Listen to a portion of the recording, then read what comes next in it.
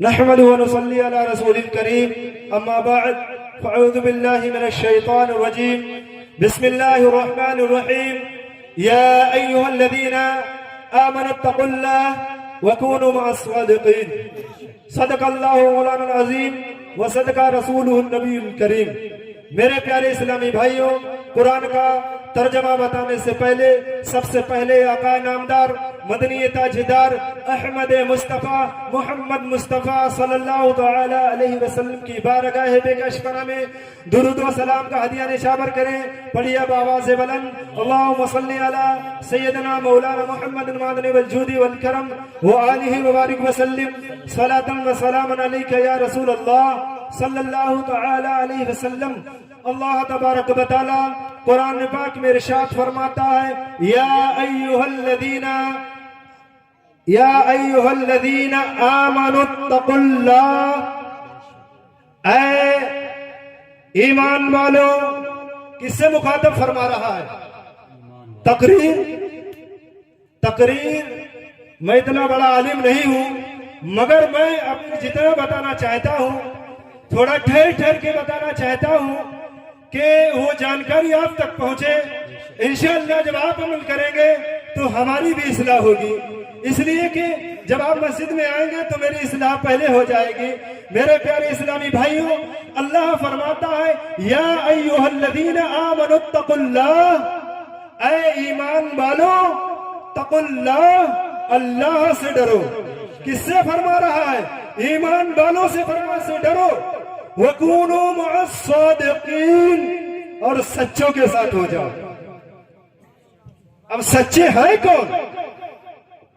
ذرا غور کرو کہ سچے ہیں کون لوگ. سچے کی فہرست ہمارے آقا صلی اللہ علیہ وسلم سے اگر گنایا جائے تو کوئی عالم گنا ہی نہیں سکتا. چلیے میں ہم اس جگہ سے گنانا چاہتا ہوں جس کی آج محفل سجی ہوئی. حضور سیدنا غوث پاک رضی اللہ تعالی عنہ، جو غوث الثقلین، جس کو ثقلین کا لقب ملا ہے. اب ثقلین تو سن لیا، ثقلین کا مطلب کیا ہے جانو کہ ثقلین کا مطلب کیا ہوتا ہے. میرے غوث جنات اور انسانوں کے بھی ولی ہے، انسان کے نہیں ہے بلکہ جناتوں کو بھی ولی ہے. ثقلین کا مطلب یہ ہوا. یہ چھوٹا سا جملہ، ثقلین تو سن لیا، مگر اس کا مطلب یہ ہے کہ ہمارے سیدنا غوث پاک رضی اللہ تعالی عنہ صرف انسانوں کے ولی نہیں بلکہ وہ جناتوں کو بھی ولی ہے اور انسانوں کے بھی ولی ہے. اور دنیا میں چرند پرند، ہر اس چرند اور پرند جانور کے بھی ولی ہے. اور حضور سیدنا غوث پاک رضی اللہ تعالی عنہ ارشاد فرماتے ہیں کہ کوئی بھی انسان میرا ذکر نہیں کر سکتا ہے جب تک میں حکم نہ دوں. سنا؟ کوئی بھی میرا ذکر اس وقت تک نہیں کر سکتا ہے جب تک میں حکم نہ دوں کہ میرا ذکر کرو. اور اس کا نقل کرنے والا کون ہے؟ سنیے، شیخ سیدنا محدث دہلوی رحمت اللہ علیہ جو مجدد ہیں، انہوں نے نقل کیا ہے اور انہوں نے یہی فرمایا کہ سرکار فرماتے ہیں غوث پاک کہ جب تک میرا ذکر، جب تک میں حکم نہیں دیتا ہوں کوئی میرا ذکر کر نہیں سکتا ہے. اور جس نے ذکر کر لیا تو سمجھ لیجئے اس کو میں نے اجازت دے دی.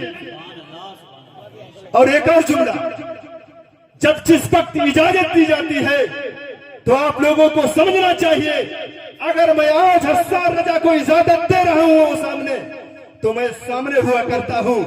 ایسے ہی غوث پاک جس بندے کو ذکر کی اجازت دیتے ہیں، جیسے ہم اور آپ سامنے ہوتے ہیں غوث پاک ویسے ہی سامنے بیٹھے ہوتے ہیں. نعرہ تکبیر، یہ غوث کا جلوہ ہے. عظمت غوث اعظم، جشن غوث اعظم، نعرہ تکبیر، نعرہ رسالت. سبحان اللہ. غوث پاک کا جلوہ سمجھا؟ اب یہ آپ دلیل سمجھیے، جس نے لکھا ہے، جس نے بولا ہے جس نے نقل کیا ہے اس کی تاریخ میں اگر دیکھا جائے تو اس دور میں یعنی حضور اعلی حضرت سے پہلے اپنے وقت کے مجدد تھے، وہ سید تھے۔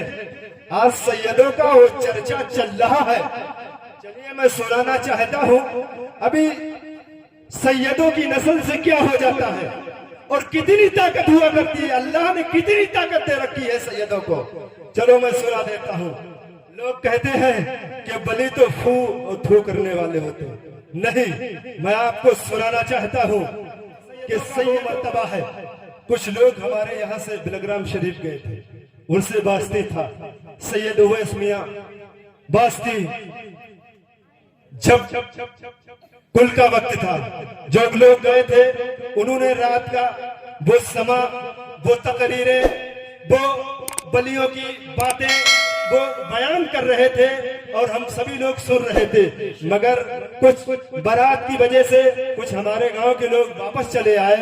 مگر جب کل کا وقت آیا، سنو، اپنی ماتھے کی آنکھوں سے سنو، وہ جلوہ سیدوں کا اس وقت بھی تھا، امام حسین کے وقت بھی تھا، سرکار کے وقت بھی تھا، غوث پاک کے وقت بھی تھا۔ پھوک والے نہیں سید ہوتے ہیں، رسول اللہ والے ہوتے ہیں۔ سیدوں کے ہاتھ پر اسی وقت کل کے وقت ایک تولی نے کلمہ پڑھا اور کہا لا الہ الا اللہ محمد الرسول اللہ۔ سیدوں کا جلوہ اس وقت بھی تھا جب سرکار غوث اعظم تقریر اور باز فرماتے تھے، دوسرے لوگ کلمہ پڑھ لیا کرتے تھے۔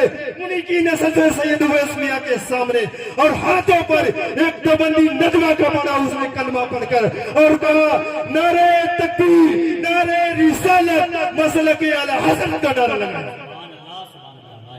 سید یا بلی صرف پھونک والے نہیں ہوتے ہیں، صرف جو نظر میں عالم دکھتے ہیں وہی نہیں ہوتے ہیں ولی۔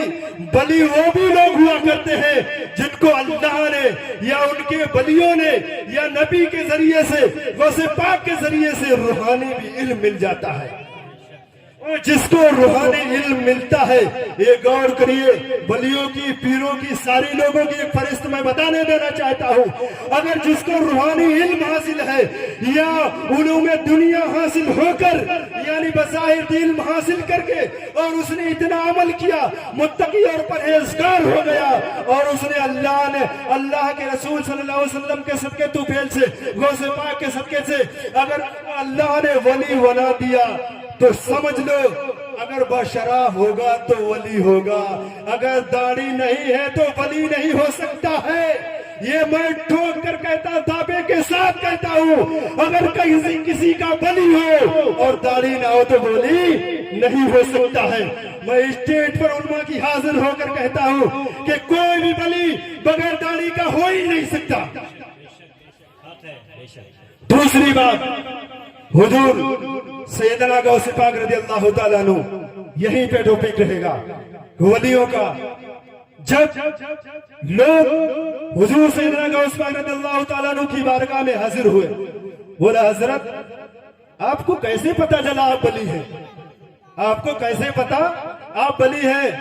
سنیے، حضور غوث پاک رضی اللہ تعالیٰ عنہ ارشاد فرماتے ہیں، تم یہ جاننا چاہتے ہو میں کیسے ولی ہوں، میں کیسے جانتا ہوں ولی ہوں؟ تو غوث پاک فرماتے ہیں مجھے تو فرشتے ولی کہتے ہیں، مجھے تو فرشتے ولی کہتے ہیں، اور جس کو فرشتے ولی کہتے ہیں وہ ولی نہیں ہو سکتا۔ لوگ کہتے ہیں ولی ہے، ولی نہیں۔ میں کہتا ہوں جب فرشتوں نے غوث پاک کو ولی کہہ دیا تو ولی ہو گئے۔ دوسری بات، جب غوث پاک رضی اللہ تعالیٰ عنہ تعلیم حاصل کرنے کے لیے مدرسے جاتے تھے تو فرشتے آپ پہلے سے پہنچ جاتے، باڈی گارڈ بن کے پیچھے اور آگے۔ جیسے ہی مدرسے کی گیٹ پر غوث پاک رضی اللہ تعالیٰ عنہ پہنچتے تھے تو فرشتے حکم دے دیتے تھے، اے بچوں اپنی جگہوں کو خالی کر دو، غوث پاک آ رہے ہیں۔ یہ فرشتوں کا حکم تھا، یہ اللہ نے یہ اپنے نبی کی اولاد کو یہ مرتبہ عطا فرمایا ہے کہ فرشتے بھی ادب کر رہے ہیں, فرشتے بھی باڈی گارڈ بن رہے ہیں. تو میرے پیارے اسلامی بھائیوں, جب فرشتے باڈی گارڈ بن سکتے ہیں, ولی ہونے کا دعویٰ کر سکتے ہیں, تو کیا آج کا کوئی بھی ملا مولوی اب ولی جھٹلا سکتا ہے؟ کوئی بھی غوث پاک کو ولی ہونے سے نہیں جھٹلا سکتا ہے. میں اپنی گفتگو کو یہیں پہ ختم کرنا چاہتا ہوں, بلکہ ایک جملہ اور ایک واقعہ حضور سیدنا غوث پاک رضی اللہ تعالیٰ عنہ کو سنانے جا رہا ہوں. فہرست بہت لمبی ہے, میں نے ہی حکم دیا, میں ہی غلط کروں گا تو سارے غلط کریں گے. تو میں اپنی بات کو بس ختم کرنے جا رہا ہوں کہ یہ شخص تھا, کہتے ہیں کبھی کتاب میں پڑھا نہ ہو. میں نے ایک چیز, یہ واقعہ میں نے بلگرام شریف سے لیا. میں یقین اس لیے کر لیتا ہوں سیدوں کا اسٹیٹ ہو تو آج جھوٹ نہیں ہو سکتا ہے, تو میں اس لیے دعوے کے ساتھ اس واقعہ کو بیان کر رہا ہوں. اور میں نے واقعہ تو سن لیا تھا, ایک واقعہ اور سنا, مگر میں نے کتاب میں دیکھا, میری نظر پڑی تو وہ واقعہ میں نے وہاں بھی دیکھ لیا. میری آنکھیں باغ باغ ہو گئی, مگر باغ باغ تو وہی ہو گئی تھی, اس لیے کہ جب سیدوں کا اسٹیٹ ہو تو جھوٹ نہیں ہو سکتا ہے. سر تو چلا گیا حسین کا, دین نہ دیا. سر چلا گیا حسین کا, دین نہیں بیچا, تو وہاں پر دین زندہ ہوتا ہو, وہاں جھوٹ نہیں ہو سکتا. تو میرے پیارے اسلامی بھائیوں, ایک ایسا شخص تھا, وہ کبھی بھی حضور سیدنا غوث پاک رضی اللہ تعالیٰ عنہ کے سامنے نہیں آتا تھا, بستی میں رہتا تھا, ادھر گزر جاتا ادھر گزرتا. جب اس کی بیٹی کو کیا ہے جنات, کیا ہو گیا, اس کی بیٹی پہ جنات ہو گیا. سنیے, جب جنات ہو گیا اس کی بیٹی پہ, تو وہ یہ سمجھتا یہ پھوفا کرنے والے ہیں, یہ کیا کریں گے. جب گیا حاضر ہو گیا, جیسے ہی کھڑا ہوا انہیں دعوت پیش کی. تو آپ نے دعوت پیش کرنے کا جیسے ہی حکم ہوا تو انہوں نے کیا, حضور غوث پاک رضی اللہ تعالیٰ عنہ مراقبہ میں چلے گئے. آپ نے دیکھا اور دیکھ کے سمجھ لیا کہ اپنی بیٹی کے علاج کے لیے آیا ہے. آپ نے مراقبہ کیا اور سمجھ لیا, اللہ نے وہ علم عطا فرما دیا. محمد رسول اللہ صلی اللہ علیہ وسلم کے صدقے میں آپ نے پہچان لیا. لوگ کہتے ہیں نبی کو علم غیب نہیں ہے, میں تو کہتا ہوں نبی کے علم غیب کی بات کرتے ہیں, وہ نبی کے غلاموں کو دیکھ لو. پہلے نبی کے غلاموں کو دیکھو, ان کی اولادوں کو دیکھو کہ علم غیب ان کو بھی اللہ نے عطا کیا ہے. نبی کے صدقے میں اپنے غلاموں کو بھی عطا کر دیا, وہ عطا کر دیا کہ وہ جان لیا, مراقبے میں جان لیا, یہ دعویٰ کرانا چاہتا ہے. تو سمجھے, جیسے ہی پہنچے, بات ہوئی, گفتگو ہوئی, تو اس نے بات رکھ دی, بولا میری بیٹی کو ٹھیک کر دی. یقین تھا نہیں مگر پھر بھی یقین کر لیا, چلو آج اجما لیا جائے. ٹھیک ہے, جب وقت ہوا, آواز آئی, بات ہوئی, گفتگو ہوئی, بولا حضرت کیسے ٹھیک ہوگی, کیا سوال کیا حضور سیدنا غوث پاک رضی اللہ تعالیٰ عنہ سے کہ حضور کیسے ٹھیک ہوگی میری بیٹی, اور کتنے سالوں میں ٹھیک ہوگی.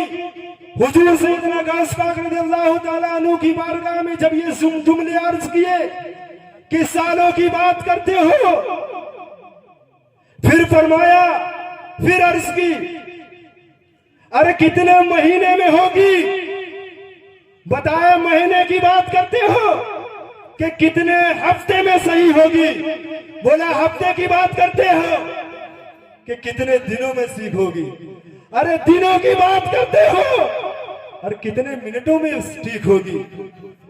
پھر جب عرض کی تو آپ نے فرمایا کہ یہ منٹوں کی بات کرتے ہو, بولے کتنے سیکنڈوں میں ہو جائے گی, تو آپ نے فرمایا سیکنڈوں کی بات کرتے ہو, یہ اولاد رسول ہے. کون ہے یہ اولاد رسول ہے, یہ منٹوں سیکنڈوں کی بات نہیں آنے. جب تم یہاں سے گھر جانا اور کان میں کہہ دینا یا غوث میری لڑکی شفا پا جائے گی.